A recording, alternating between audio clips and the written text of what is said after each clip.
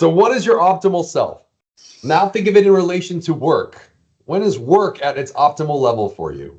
What does that look like? So since you're newer and younger in the business, Griffin, might be hard to say what your optimal self is, but give me one thing that would define you for your optimal self. I wrote down that I like to be over prepared. Yeah. And then it's just like one thing for me for being new in the industry still that sucks is like not knowing what to say, like really bothers me. So that would be something like not being over prepared. So if I don't know what to say, that like is super annoying. Gotcha. Yeah, I totally get that. It's a big thing. Cool. Becca, how about for you? I did bullet points because I like that made me not have to overthink it. So just exercise, sleep, healthy food, disciplined schedule, eating my frogs each day, time with family and friends, and enjoy calling my friends and clients each week. I love that. That's cool. It's great. Nick, how about for you? Dialed in mentally and physically. That's usually right after I work out in the morning. That's awesome. I like that. Tyler? Similar. I'm at my best when exercising, eating healthy, when my family's thriving, my kids are doing good, my wife's doing good. That's cool. When I just don't let negative things get into my life. I gotcha. That's awesome. Lance, same stuff? Yeah, definitely similar. When I'm with people that I'm comfortable with, like friends and family that I know, when I'm prepared and know what I'm doing, I like that feeling of confidence. That's when I feel like I'm at my optimal self. And also being well rested for me personally is super important. That's when I'm not, I can tell I'm not fully there. I'm not my 100%. Well rested. That's cool. Awesome. Awesome. I love that. All right. So here, write this goal down. Our goal by the end of the 6 weeks is to provide a framework for you as a loan officer to act as a project manager over your days, clients, and business. I want us to start seeing ourselves as loan officers that manage a lot of different things, right? And we're overseeing it as opposed to just doing one job. Got it? Because there's lots of different facets to who we are. And I think the people and the greatest market difference, which I agree comes from the book, is what do you think, Becca, is the single greatest market difference for any company out there? Companies that grow, companies get big. What's the single greatest market difference? What do they have to be successful? What makes Mike Cook or Austin Bates? Good leadership. Okay. Nick, what do you think? Something that sets you apart from the competition. Okay. Product, features. Got it. Tyler, what do you think it is? Culture. Okay. Lance? I think it's knowledge and know-how. Okay. Which gives them confidence to do what Got they it. do. Jeff, what do you think? I think you have to be compassionate for your customers. Got it. Single greatest market. How do you think Austin Beggar went from 30 million in loans to almost 90 million in loans? Here's what it is. It's simple. Ready to write it down in big bold letters? Execution. Do you have to be a good leader? Sure. Do you have to have compassion? Sure. Do you have to have a good product? Yes. Like all of those things that you guys said are great, but the difference between those that produce at a high level and those that don't is they're just executing better. NVIDIA executed AI faster and better than anybody, which is why they're owning the market. It's literally just how you execute. So if you take anything from today, just go, I have to execute whatever my plan is at a high level. There's a thing that we heard all the time for a while, which was run the play. Once you get a framework, your choice is one or two things, especially if you play football, right? Aaron Rodgers calls a play. They got to run the play. They have to execute at a high level. If you've ever played sports or anything, all you talk about in sports is details, right? Execute the simplest details at the smallest or the highest level, and you're going to be great. And I think that rings true. And it's something that's funny to me because Jason and I were speaking at the end of the year, and all we talked about from November to December was we just have to execute. We know what we're supposed to do, but we're not executing. And then when I was reading this book toward the end of December, because I picked it up just a couple weeks ago, it was the first thing that they said. So execution is hugely important. How do you execute your plan? Well, first, here's what I would tell you. You have to have better deadlines. One of the things that I learned early on is you have to play a game with yourself. And the game for me is how quickly can I efficiently accomplish tasks? So if your goal is to call, I really want to tell you guys exactly what to do, but I'm not going to play that game, Tyler. So I want to be like, here's what you need to do. But here's what I would say. If your goal is, I'm going to call 10 realtors today, your goal needs to be, how efficiently and quickly can I do that? You've got to put time parameters around the things that you're trying to execute. When you don't have a deadline for something, you can't accomplish it. It's just a thing. Has anybody ever tried to like lose weight or go on a diet program? Sure. We all said that being healthy was an important thing. But if you don't plan a time frame or have an absolute executed plan, will you actually see fundamental changes in your body? So Tyler, if you were like, I'm going to put on 10 pounds of muscle, if you really wanted to put on 10 pounds of muscle, how would you do it? Executing my plan. You'd have to, but you'd have to first devise the plan. And that's the thing that we're going to talk about a little bit more today. And kind of through this is, how do we devise plans in order to get there, right? So what would helping more families mean for you? So I want you to take a minute and I want you to think about, look, we're all here because we want to do more business. So what would helping more families do for you? And I framed it very specifically because I didn't want to say, what would closing more loans do for you? So I think we've got to frame it in a way of, what does helping more families do for you? What would that mean if we started looking at it as helping more families? Now, obviously, we're going to make more money, and I'm going to talk about that in a second, right? Because when you close more loans, you help more families and you make more money naturally. But let's talk about that. What would helping more families mean for you? And it can mean lots of different things. So I'm going to shut up for a second, let you guys kind of think about that. What would helping more families actually mean for you this year? I don't have an extra camera, but the rookie's in here. He's way. He's right there. He's there. He needs a better computer or internet connection. So we'll go around the room. Whoever wants to start, I'm not going to call on you. I'll let someone be the person that starts it when they know. So go ahead. The biggest thing to me, it would be like a boost to my morale. I would feel like contributing to the community, to my branch, to the company more. I feel more productive. So the feeling of increased productivity, that you accomplished more. Yes. Cool. For me, I feel like it would help build momentum because I feel like with this business, especially, things get rolling and you do a deal and then somebody hears you do one and you just end up getting more connections to it. So I think it'd build momentum. Gotcha. I love that. What else? I just kind of wrote excitement because it's like once we get deals going, it like he said, you know, we get more files, we get to help more people, which is very satisfying. It's really one of the reasons we all love this job. I get to also build in my database, which I enjoy having a referral based business, which requires a bigger database.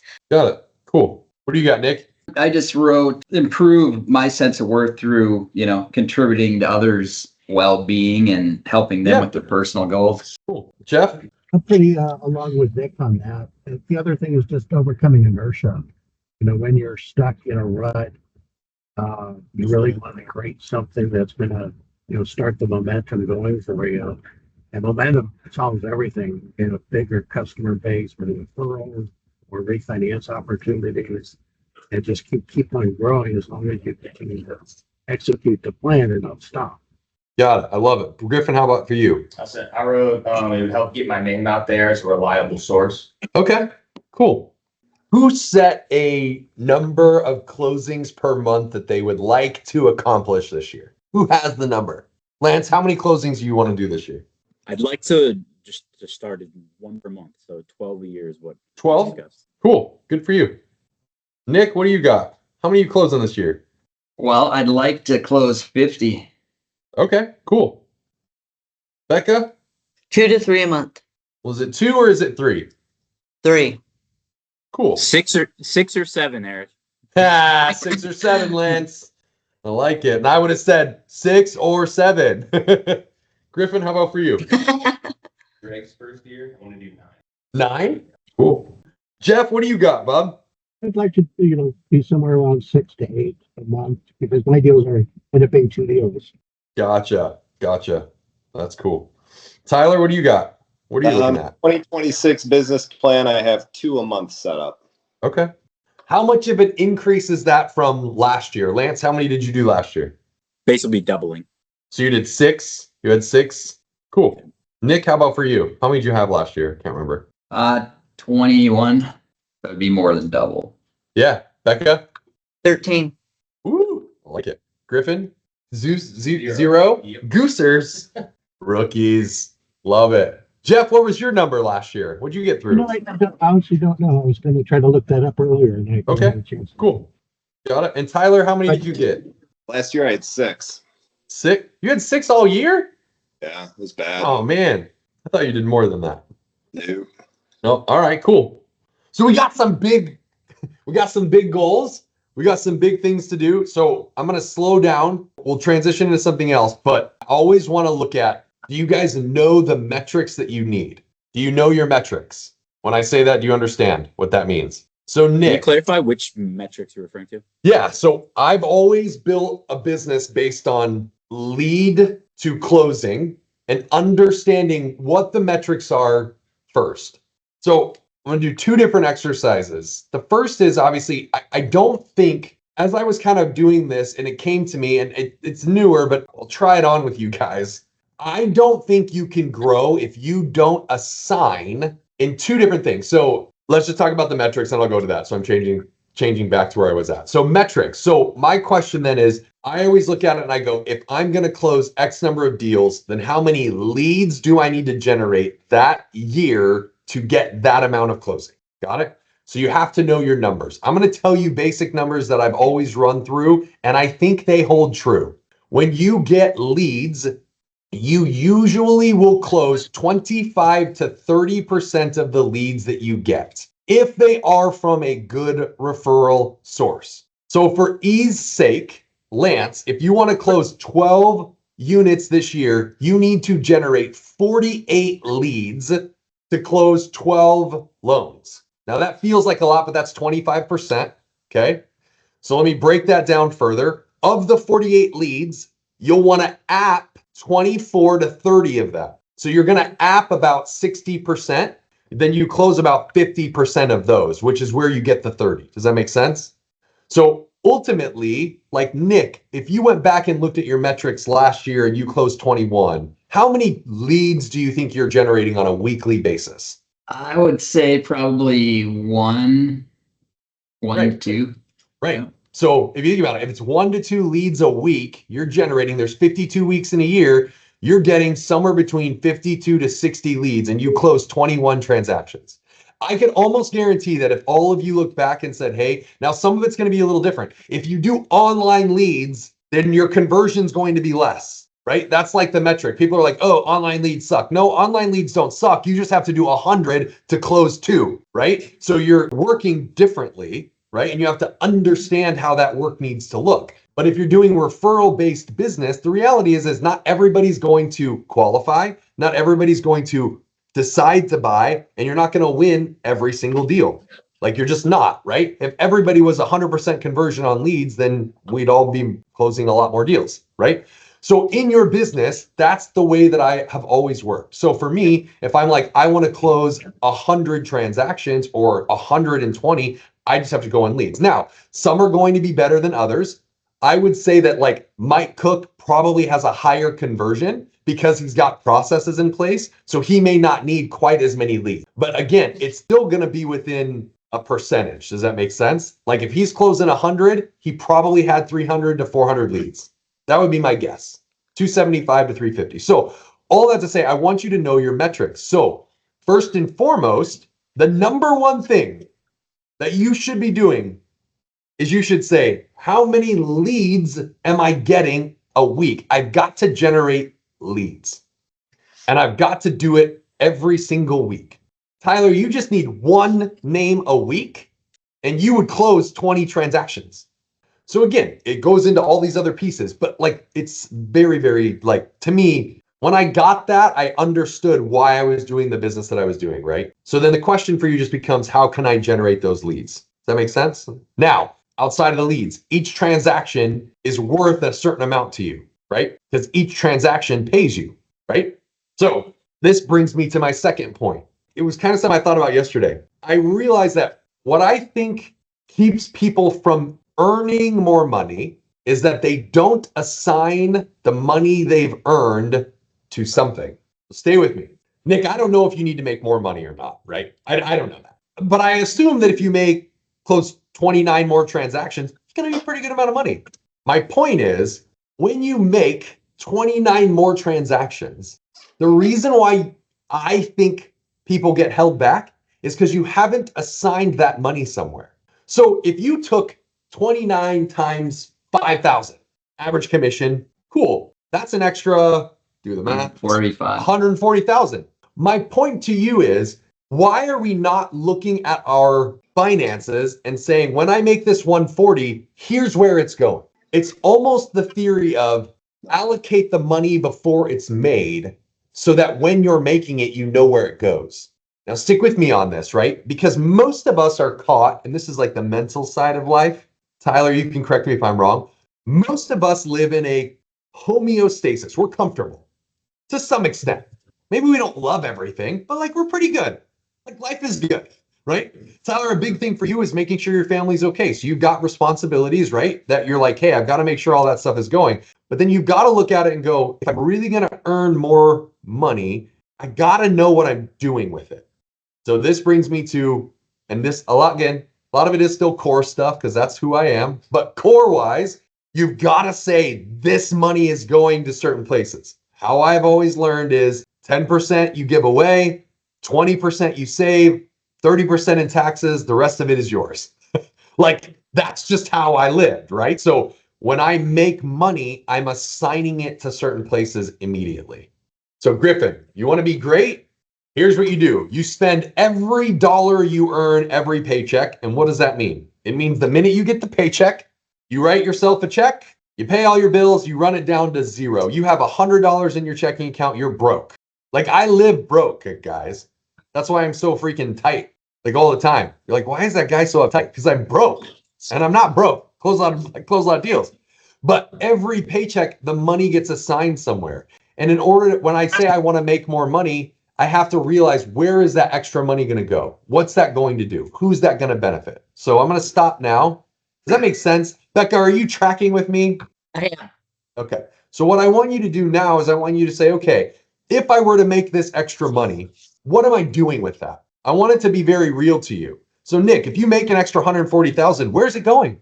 And I want you to think about it right now. Is it going to savings? Is it going to pay off a debt? Where's it going? How much is it doing? So I'm going to stop. We got about 3 to 4 minutes. I really want it to become tangible for you. It can't just be an out there thing. It won't happen. So I'm going to stop and I want you to write. So Griffin's going to close 9 deals, make $4,000 to $5,000 a deal. What is he doing with that extra $45,000? Is he saving it? Is he paying off debt? What is he doing with it? And everybody's situation is different. And I'm not going to ask you to share it unless you want to, because it is personal. But I want you to think about it and go, where is it going? What's it doing? Are you giving more money away? Like maybe you make more money to give more money away. Maybe you're trying to pay off something. Like, what does it really mean? And again, bullet points are good, Becca. Bullet points are good. So in all of this, as you guys are kind of doing that, and you may not get through all of it today, but I do want you to put some thought to it, right? I really want you to put some thought into, what does helping families gonna mean? And I love that it was gonna mean for all of you really momentum, right?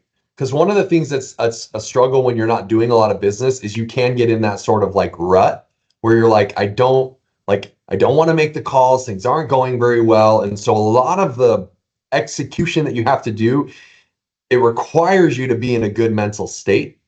And so that's why some of these things to me that you write down, they should pull you back in, right? Like whatever you wrote down on where that money goes, to me, that's something, and again, not everything's about money, but we're doing this to make more money and to close more loans. So every time you're like, this isn't working very well, you've got to go and go, well, where's this money going?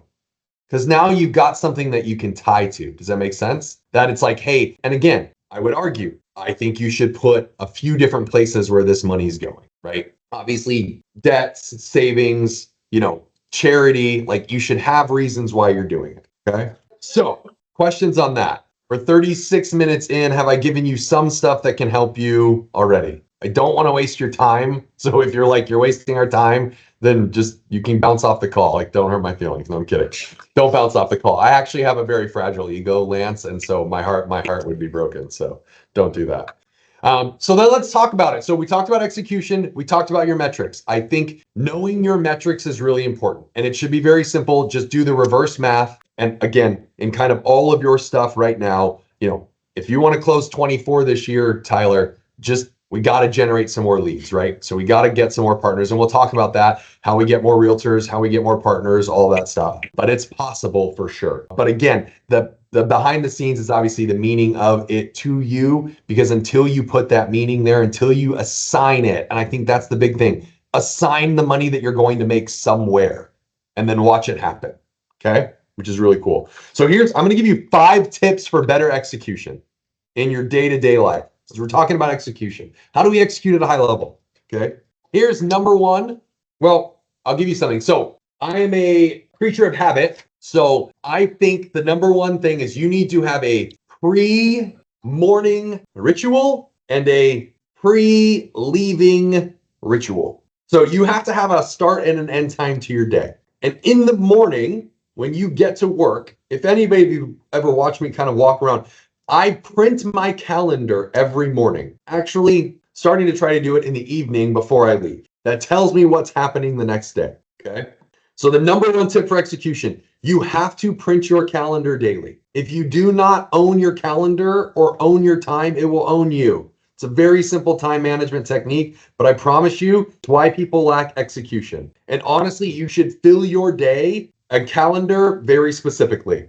While I have a lot of white space is bad. Write that down. White space on your calendar is bad. Do any of you use a calendar and print it daily and put it on your desk? Okay. So you're like, why would I do it? So you'll like this. This is my calendar for today. It shows me how bad. You guys are the last thing I have today, so I'm not proud of it. Okay? Because I have all this white space. And you know what happens in this white space, Lance? I lack efficiency. I do nothing, right? So I even have to go back and fix my calendar, right?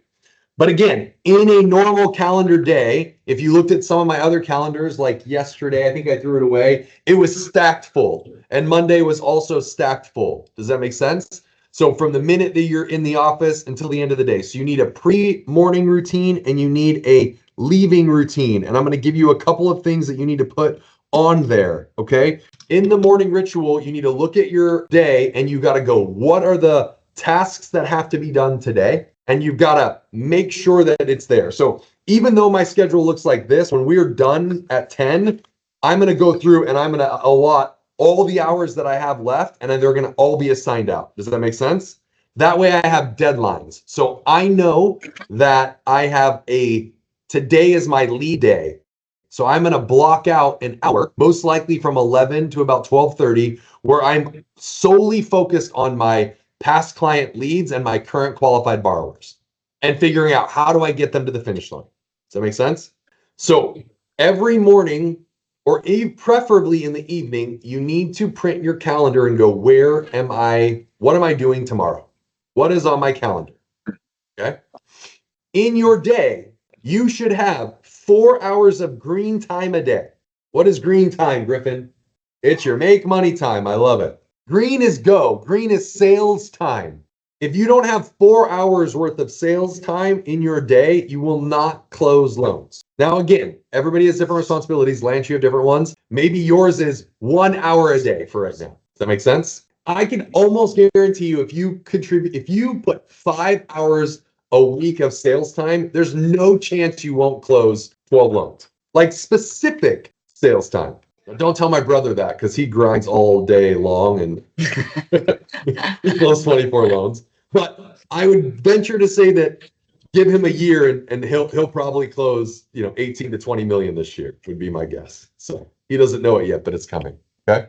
Then at the end of the day, you want to rescan your schedule, go what didn't get done that needs to get done tomorrow. Okay. And then you need to look at the day ahead. Okay. 2 questions to ask yourself in the morning. Well, 1 in the morning. Set intentions. So increase your intentionality in the morning. So when you look at your calendar, you've got to say, I will do blank today. So like for me, I know I will call 10 or more leads today to try to get them to the finish line. Does that make sense? So set the intention, especially when it comes to the sales side. And then have some sort of affirmation, right? I will generate blank today. I will generate 3 great conversations with past clients. I will generate 3 great conversations with realtors. Whatever you want to have happen, that's what you do in the morning. At the end of the day, 2 questions you need to ask yourself. Who needs to hear from me tomorrow? It's a great question to ask. End of the day, you got through all the day and you're like, hey, who do I need to talk to tomorrow? Write their names down. Who needs to hear from me tomorrow? And then you can have an affirmation. Did you do your best today? I always said I did my best and my best is good enough. Have you guys, Tyler, did you catch any of those stories on the Chicago Bears? Are you a Bears fan? Not a Bears fan, but I'm a fan of football, so I follow everybody. So did you catch that good, better, best thing? Oh, well, go look it up on ESPN. So they have a saying, and I guess Ben Johnson, the coach, said it, and I really liked it. He goes, so it goes good, better, best. Never let it rest until your good gets better and your better gets best. And so it's like became their mantra for the Chicago Bears. And so they say it pretty much after every game now. But again, when you look at it, at the end of the day, you should say, hey, I did my best and my best was good enough. But also then they have this thing where, then they're like, hey, never let it rest. It's actually really good. So go read the article on it. But those are a couple things. So number one tip, you should have your calendar and you should make sure that you have a beginning and end time and you got to put the transactions. Number two, turn off notifications. Who has notifications binging their phone all day long? I have mine turned off. Good. I love it. Becca, do you have notifications binging you all the time? Instagram, Facebook? No, just like my daughter's diabetic, that beeps. Yeah, that Other- beeps. That's good. Good. Well, good. I love it. You guys are already using that. Turn off your notifications on a daily basis. Here's a big one, and it's tough for me, and I was reminded of this, and so I'm going to do a better job. Get out of your email. Your email is the devil. Write it down. Email is the devil. Like legitimately, nothing in your email is important. When's the last time you got a lead email without knowing it was coming? Email is only for what? Loans in process. Like if literally, and again, I would argue we've got a great support system. I'm sure they can handle it. And if they really needed to find you, they have your phone number. Now, again, that's a hard one for me because I tend to be not a micromanager, but I like to make sure things are moving. But for me, the point is 3 times a day. First thing in the morning, check your email, pause it, turn it off. There's actually a function where you can pause everything and then that way nothing comes in. And then you can just turn it on at that specific time and then all the emails will come in and then you can just answer all of them. Okay. And then you do it at the end of the day. Okay. So 5 tips. Number 1, build your daily calendar. Okay. You need to time block sales calls, file reviews, callbacks, CRM updates, social online interactions. Those are the 5 things. I'm going to say those again because I just gave them to you. Time block your day. You have to have an hour, 2, 3, 4 hours a day of sales calls that you should time block. When's the most efficient time for you to make these calls? You should have a time for file reviews. When am I going to review files? You should time block it. 3, you should have a callback time. Do you call back people at 11 o'clock, from 11 to 11:30, and from 4 to 4:30 before you end the day? Callback times. You don't have to call them back right away unless they say it's urgent, or if it's a lead, then you do call them back right away. I think you should have in your time 30 minutes to 45 minutes a day to do CRM updates. You should get to know Spear. I was on the call yesterday on this lead thing for an hour and a half. The data that they have for us that we can use in Spear is mind-blowing. I realized yesterday I have 600 agents that are in my account partners, and I realized 80 of them have email bounces. And then I realized some of them are good agents of mine. So they're no longer getting emails that come through Spear. Well, I need to reach out to them, right? So there's a lot of opportunities that you can learn. And I think Spear is a great CRM through Salesforce that's linked to a lot of stuff. So you should spend some time on that. And then social online interactions. Do not doom scroll. I know you hear this all the time. Technology is bad. But you should spend a half hour on Instagram or whatever you're doing to just build that out and then DM people and then just get off of it. Okay. Number 2, have part of that calendar is going to be your beginning time and your end time. Number 3, turn off all your notifications. Number 4, 3 times a day in email. Last one, number 5, theme days. Why theme days, Becca? What is a theme day? Who are you going to call? Who you're going to call? Monday Real. You can make it whatever theme days you want, but I have 5 theme days. Monday, realtors. Tuesday, status update calls, all loans in process. Wednesday, leads. Thursday, database. Friday, VIPs. I'll run through them again. Monday's realtors. Tuesday's your status updates. Wednesday, leads. Thursday's database. Friday is VIPs. So what does a theme day look like? When you've built your sales calls, my focus on Monday is realtors. My focus on Monday is realtors. How was your weekend? Did you sell a house? Was your open house successful? Is there anything I can do to help this week? Have you guys, I went through the 4 quadrants with you, did I not? 4 quadrants? No? Okay. No. Well, I'll send it to you. Griffin, I have it with you. So, and we can get into it next time, or we have a little bit of time here so we can talk about it, but at a high level, realtors, Tuesday, status updates. So every loan that's in process, 3 people get called. Who gets called, Nick? The borrower, Yep, the buyer's agent, and the listing agent. absolutely. Even if you have 1 transaction, I don't care. All 3 of them get called. Lance, here's how the call goes. Hey, Mr. Borrower, just wanted you to know that we should have your conditional approval out in a couple of days. Lori, my TC, is amazing. When we get the conditional approval, she's going to review it. I'm going to look at it. I'm going to make sure that it's all good and good to go. You're going to get an email from her. She's also going to put the stuff in Flowify. We're going to need your conditions probably by the end of the week if we get the conditional approval. Is that cool? Yeah, awesome. Anything that you have questions on? Nope. Cool, we move on. Each one has something, right? It's always 3 things that you're telling them. What you did last week, what you're working on this week, and where you're going. That's it. And that goes for all 3 of them. Buyer's agent every single time. If they don't answer, you have 2 options. You can leave the message and say, hey, here's where we're at. Or you can just say, call me back. Depends on what you're trying to do. But it's every single time. Okay? If there is no listing agent, obviously you don't call them. But that's the status update. That's what you're doing. The reason why you're doing it on the listing agent side is that you're trying to work to convert the listing agent. Because all the time the listing agents say, no lenders ever call me. They all say the same thing, Becca. No lenders call me and tell me what's going on. I go, because every other lender, Mr. and Mrs. Realtor, lay the groundwork. That's set. Leads. Once you start getting your leads, I know that you guys don't amass a lot of leads. So in the early stages of you building your business or trying to get more business, you might need to fall back on more realtors, which sucks. Or you might just have to get out of the office and go meet some people. If you don't want to cold call, you got to go meet people, right? It's the only other way to do it. Okay. But with your leads, again, you should have a lead list of people that you can call. Okay. Database. That's past clients. Tons of stuff that we can do on database. I mean, I could spend an hour on each of these topics. On your database, obviously you're calling past clients. Does that make sense? Birthdays, anniversaries. That's it. Okay. VIP. Who are VIP? These are everybody else. Accountants, financial planners, friends, family. Call your mom. Ask her how she's doing. Like legitimately, right? You never know when mom's going to run into somebody down the street that needs a loan. And she goes, oh, I just talked to my son. You should call him, right? And all of a sudden you get a deal. Family members, whoever it happens to be, build relationships on Friday. It should be a fun day where you just get to talk. I love Fridays because I get to call all my buddies. And all my buddies like send me deals when they can. Does that make sense? Questions on theme days. Do we have the 5 tips for execution? Anybody have any questions? Becca. Nope, no questions. You know, I actually, in my organizer, I took that from, and I put it in the back of my Perfect. organizer. Yep, you got it. And again, it comes back to the beginning, right? Intention. It's all execution and intentionality.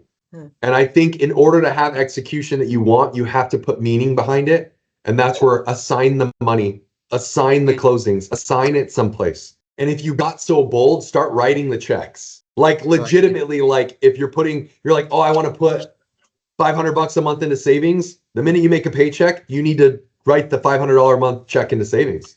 Like, don't lie to yourself, guys. I had a goal last year. I had a HELOC. I had some money that was outstanding on it. My goal was for the first 6 months, pay it off. Did the math, just started writing the check. And every time I wrote the check, I was like, crap, I don't have enough deals. Guess what I have to do? Go get more deals because I spent the money, right? Like, we don't think that stuff works. Like, I promise you, like, it works. And it makes you uncomfortable all the time. You guys, look, I promise you. My wife is like, why do we have no money? I was like, I only have $100, babe. I don't know what you're talking about. Like $100 in my checking account. She's like, what? I was like, that's all I got. I don't know what to tell you. Dragons are freaking bonkers. But again, it's because I've assigned money, right? I've dialed everything in. That's just how I operate. Cool. And I want you guys to operate that way. I think it's how you can build business or at least be happy with growing your business. Cool. Any questions at all about today? Cool. No. My goal obviously is just to help you start laying the groundwork for execution and how you're building your day. I can give you a lot of information, but it won't mean anything. Nick, what's the number one thing you're going to execute based on our conversation today? Print my calendar every day. Print the calendar every day. And even if it's white like me, just start filling stuff in, right? Little boxes. This is what I'm doing for this 30 minutes. This is what I'm doing. I love that. Tyler, what about for you? Biggest thing for me is going to be building a calendar, filling it. Building a calendar. Love it. It's pretty blank. It's ugly. Yeah. Well, and again, fill it with, hey, 1 hour of sales calls, 30 minutes of file route. And here's the point. Even if you don't have it yet, build the calendar. Build what you want it to look like. Like yesterday, so Tuesday on my calendar, every Tuesday it says structure qualification. So I spent 2 hours yesterday structuring different files. I helped Jason with one. I structured one for myself, but I had the time allotted, so it didn't keep me from doing the other things that I needed to do, my status update calls. Does that make sense? Don't hesitate to put the stuff in your calendar, even if it's not there. Your brain will see it and go, okay, this is what I'm supposed to do during this time. So I love that, Tyler. Just another little tip. Just build it. Like workout, eat breakfast, like all of it. Build it out. I build it and go, this is what my optimal day will look like, and then do it for every single day and then fill the slots, right? Like if you want a realtor meeting, put on your calendar, Tuesday, Thursday, realtor meeting, coffee, put it on there and then look at it and go, I got to fill it because that's what I'm doing. Or you're drinking coffee by yourself. Does that make sense? Cool. Lance, what do you got? I think for me, it's the realities of the metrics for the app lead to close and Gotcha. realizing then what you have to do to get there. Yep. Know your numbers. I love that. Becca, how about for you? Well, the metrics was awesome. And then I had actually read through Darren Hardy an exponential goal, and you hit on it. And my exponential goal, which has been so powerful when I do it, is doing my calendar the day before I leave. Yep. That is, it's exponentially powerful. Yeah, need it to ends just your be day. You're consistent. like, hey, I accomplished something and this is what I got tomorrow. And then I move Yeah. on. I love that. Jeff, how about for you? I think it's important also to put all your personal stuff on the calendar for family obligations. So that way you've made that commitment to your family, do certain things at a certain time that you're not going to have an excuse that you can't do it. That's Yeah. ultimately block committee. Yep, I love that. Absolutely. Griffin, Mine's the pre-morning ritual, and then the post, the pre and post. Good. I love it. Cool. Well, I've got 3 minutes here. Any questions you can ask me? Any questions? Give me Great info. something. I know, Great but I info. need somebody has to ask me a question. Something you want to know. What was the best way for you to get new realtor partners? I know some people go to open houses, some people cold call, some people do cross contract. What's the most successful tool that you've had to get realtors? Open houses and cross-selling listing agents. Okay, perfect. It's Cold calling is to build the muscle of being uncomfortable, in my opinion. 100%. Why do you learn to cold call when you're young? Because you got to learn to be uncomfortable. The older we get, we're like, yeah, we don't really want to be uncomfortable like that. But you can cold call, okay? But I think you've got to do warm calls if you want to make them successful. I would leverage, Tyler, any relationships you have right now, the ones that you have, and I would say, do you know a realtor that I should be introduced to that maybe I don't know? That's how I would build that. He went away. But that's a really good question. I think if you get open houses belly to belly or you cross-sell the listing agents, those are your options. Great question though. What is your number one value add to realtors right now? Huh? My value add? Yeah. That's Like when I'm you as call sexy them. as they come. That's my value add. Like, look, I get it, but like, I'm great. They have to know that you're going to take care of them. And again, you guys said it early on, and I want to touch on it. It's a great question. We got about a minute left. Like, you guys are so concerned about what you don't know. It doesn't matter. They have to believe that you will take care of them. That's it. And when they send my clients my agents that work with me a lot, they send me a deal that I have proven my value that I will take care of them, and they trust that. So my value is that I will take care of them and I will get the deal done. And Yeah. that's why I'm good at what I do. And I will find a solution to your problem. To me, that's my value add. And again, I've got all the products. And yes, when I call on agents that I don't do a lot of business with, that's what we remind them, right? But the value add for us right now is I'm really, really good and I'm really efficient. And we're going to take care of your clients and they're going to have great experiences. Good question. What do you got? What's your take on from cold calls to getting a meeting in person? What's my take on it? Yeah. What is your process for it? Like you call a stranger, right? And you're like, hey, I want to meet you in person. But how do you navigate that conversation? I would tell you that we'd probably have to have a different a longer conversation since it's 10 o'clock here and I want to honor everybody's time. Yeah. But I would say that if you can't get the meeting in the first 30 seconds, it doesn't matter. Like you have to get the meeting immediately, and you've got to get them questioning or talking, and how you do that is going to be different for everybody. But when people call me, how often are they going to get a meeting with you? When people cold call you, the question is, how are they going to get it? When a loan officer person calls me, like, how are they going to get a meeting with you? Here's what I would say works the best. If they're cold calling me, but they tie me to somebody else quickly, then they've tied everything. It's called the triangle for trust. You've got to know somebody that knows them, which is why I told Tyler, you've got to call on the agent, but you've got to reference the person. So you've got to say, hey, I know this person and they know you, and I thought it would be good for us to connect. And they're like, oh, how do you know them? Well, here's how I know them. That's the most successful way. I got one loan officer last year to get me to meet with them, and that was how they did it. They referenced the agent we were working, and they said that person said great things about me, and they were interested in talking to me. That was it. So you've got to tie them together or else it won't matter. Everything else you're trying to sell is just noise. Does that help? Cool. Yep. All right. Now I'm 2 minutes over, but those were great questions. You're awesome. You are the value, Becca. You are the value, Tyler. Go close more loans. See you guys later. Bye.